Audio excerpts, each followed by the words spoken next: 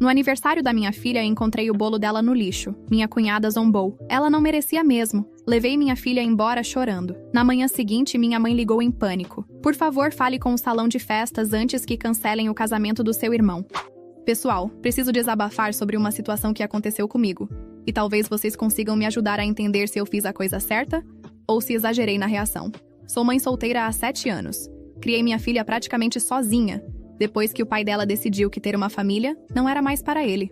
Não vou mentir, foi difícil, mas sempre me esforcei para dar o melhor para ela, mesmo que isso significasse fazer sacrifícios pessoais constantemente. Minha família sempre teve essa dinâmica meio estranha, onde eu era vista como a filha responsável, aquela que sempre estava disponível para ajudar com qualquer problema financeiro ou emocional que surgisse.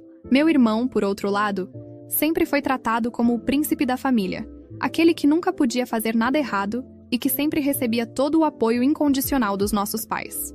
A situação começou a ficar mais tensa quando ele decidiu se casar com essa mulher que, desde o primeiro encontro, deixou claro que não gostava de mim nem da minha filha. Ela sempre fazia comentários passivo-agressivos sobre como eu estava criando minha filha, sobre minhas escolhas de vida, e sempre encontrava uma maneira de nos diminuir em reuniões familiares.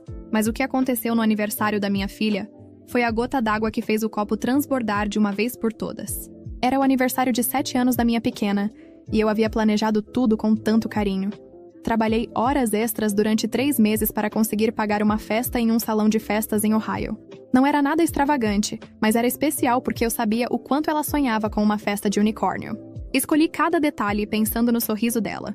As decorações cor-de-rosa e douradas, os balões em formato de unicórnio e principalmente aquele bolo lindo que eu havia encomendado em uma confeitaria especializada. O salão estava perfeito. Os poucos amigos que ela tinha da escola estavam se divertindo, e eu finalmente sentia que tinha conseguido dar para ela o tipo de festa que toda criança merece ter. Era um daqueles momentos em que você pensa que todo o esforço valeu a pena. Quando chegou a hora de cantar parabéns, fui até a cozinha do salão buscar o bolo. Foi aí que meu mundo desabou. O belo bolo de unicórnio, que havia custado uma pequena fortuna que eu não tinha, estava no lixo.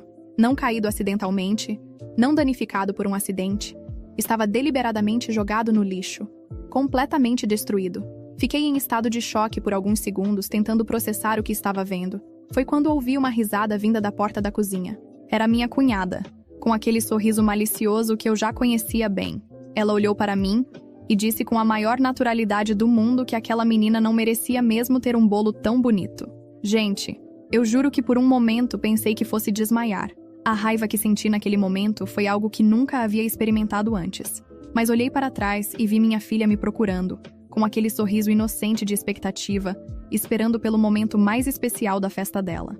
Engoli toda aquela raiva. Peguei minha filha pela mão e saímos da festa em silêncio. Ela começou a chorar no carro, perguntando por que não cantamos parabéns, por que não cortamos o bolo.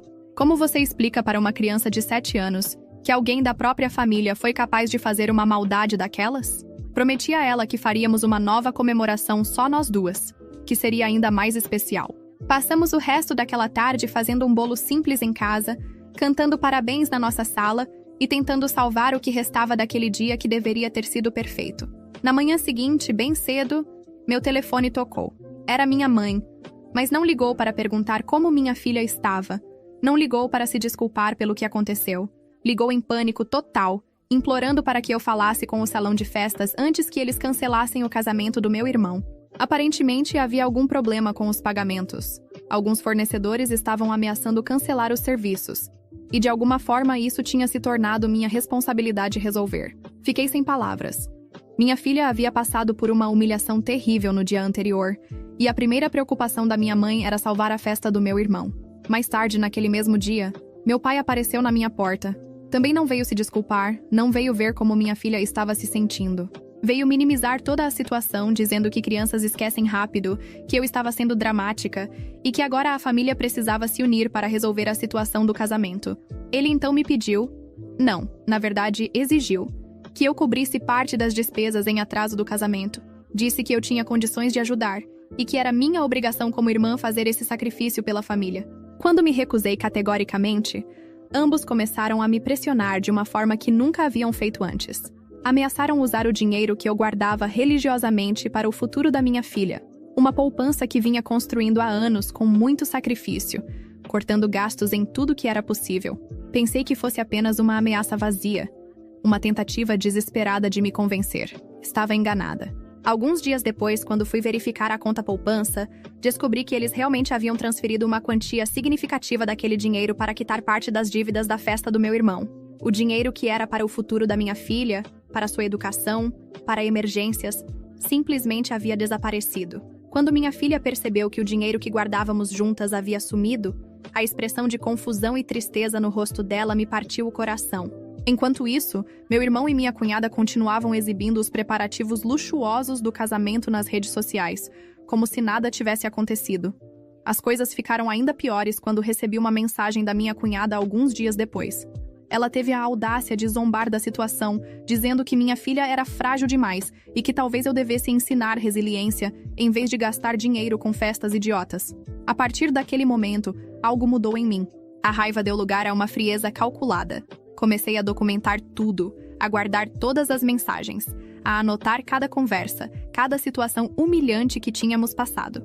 A situação se tornou ainda mais bizarra quando meus pais tentaram buscar minha filha na escola sem minha permissão, dizendo que ela precisava experimentar um vestido de daminha para o casamento. Descobri mais tarde que minha filha sequer estava listada como convidada oficial do casamento. O convite que recebi dizia apenas meu nome mais acompanhante, com uma nota em letras pequenas. Sem crianças. Eles queriam usar minha filha como daminha, mas não queriam que ela participasse da celebração como convidada. Era humilhação atrás de humilhação. Foi aí que descobri algo que mudou completamente minha perspectiva sobre toda a situação. Lembram que falei que o salão estava ameaçando cancelar o casamento por problemas de pagamento? Bem, acontece que eu tinha uma conexão com aquele salão que ninguém da minha família sabia. Anos atrás, quando estava começando minha carreira, trabalhei como organizadora de eventos freelancer para ajudar a pagar as contas. Foi assim que conheci a dona do salão, uma mulher incrível que se tornou uma grande amiga ao longo dos anos. Ela sempre me dava descontos especiais e tratamento VIP quando eu precisava do salão para algum evento. Quando soube dos problemas financeiros do casamento do meu irmão, minha amiga me ligou para conversar sobre a situação. Foi aí que descobri a verdade completa sobre o que estava acontecendo. Meu irmão e minha cunhada haviam contratado o salão com um orçamento muito acima do que podiam pagar, prometendo pagamentos que não tinham como cumprir. Além disso, tinham sido extremamente desrespeitosos com a equipe do salão, tratando os funcionários como servos e fazendo exigências absurdas. O que eles não sabiam é que minha amiga havia me contado sobre o comportamento deles durante as reuniões de planejamento. Minha cunhada havia sido particularmente cruel com uma das funcionárias mais jovens, gritando e humilhando a menina por pequenos detalhes que não saíram exatamente como ela queria. Mas aqui vem o primeiro grande plot twist da história. Descobri que o motivo real pelo qual minha cunhada jogou o bolo da minha filha no lixo não foi apenas maldade gratuita. Era parte de um plano deliberado para me humilhar e mostrar quem mandava na família. Ela sabia que eu havia trabalhado muito para pagar aquela festa. Sabia o quanto significava para minha filha.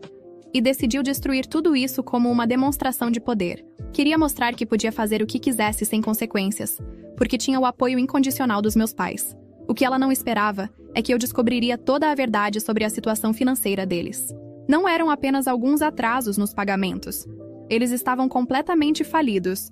Haviam gastado muito além do que tinham em um casamento extravagante para impressionar pessoas que nem se importavam realmente com eles.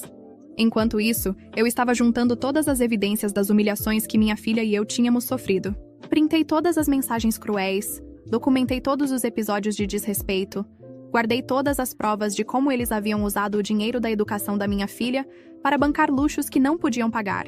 O segundo plot twist veio quando descobri que meus pais não tinham apenas pego o dinheiro da poupança da minha filha. Eles haviam usado meu nome para conseguir um empréstimo, forjando minha assinatura em documentos que eu nunca tinha visto na vida. Quando confrontei meus pais sobre isso, eles nem sequer tentaram negar. Disseram que sabiam que eu acabaria perdoando, que era pelo bem da família, que eu deveria entender que o casamento do meu irmão era mais importante do que meus sentimentos feridos. Foi nesse momento que tomei a decisão que mudaria tudo. Liguei para minha amiga do salão e contei toda a história para ela, desde o bolo no lixo até a descoberta sobre o empréstimo fraudulento. Ela ficou horrorizada e imediatamente se ofereceu para me ajudar. Juntas, elaboramos um plano que faria justiça não apenas pela humilhação da minha filha, mas por anos de desrespeito e manipulação emocional que eu havia sofrido silenciosamente. O plano era simples, mas eficaz.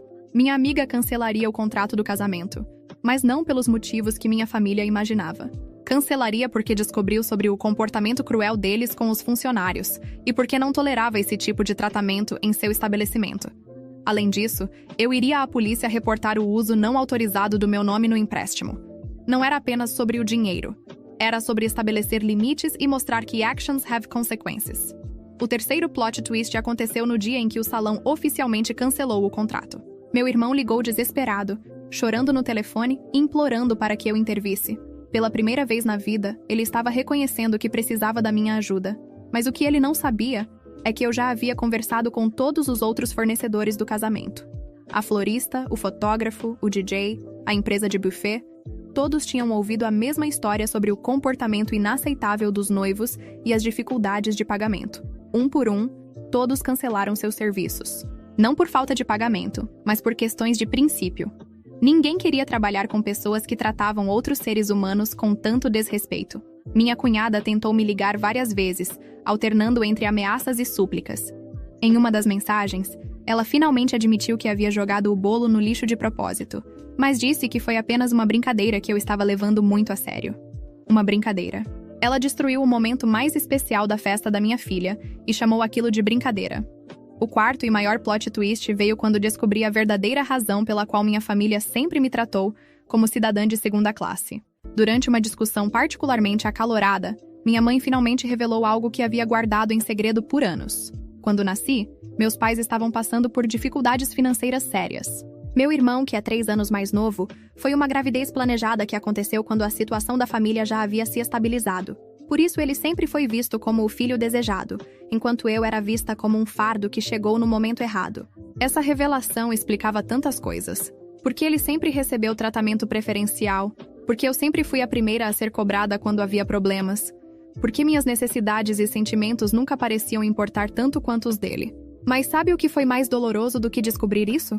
Foi perceber que mesmo depois de ter me tornado uma adulta responsável, mesmo depois de ter criado uma filha maravilhosa sozinha, mesmo depois de ter sempre ajudado a família em momentos difíceis, eu ainda era vista apenas como uma obrigação inconveniente. O dia do que deveria ter sido o casamento chegou. E obviamente não houve casamento. Meu irmão e minha cunhada passaram aquele sábado ligando desesperadamente para todos os fornecedores, tentando resolver uma situação que não tinha mais solução. Mas o que eles fizeram foi tentar jogar toda a culpa em mim. Espalharam para parentes e amigos que eu havia sabotado o casamento deles por ciúme e inveja, que eu não suportava ver meu irmão feliz. A versão deles da história era que eu havia manipulado os fornecedores contra eles, que havia usado minha influência para destruir o dia mais importante da vida deles.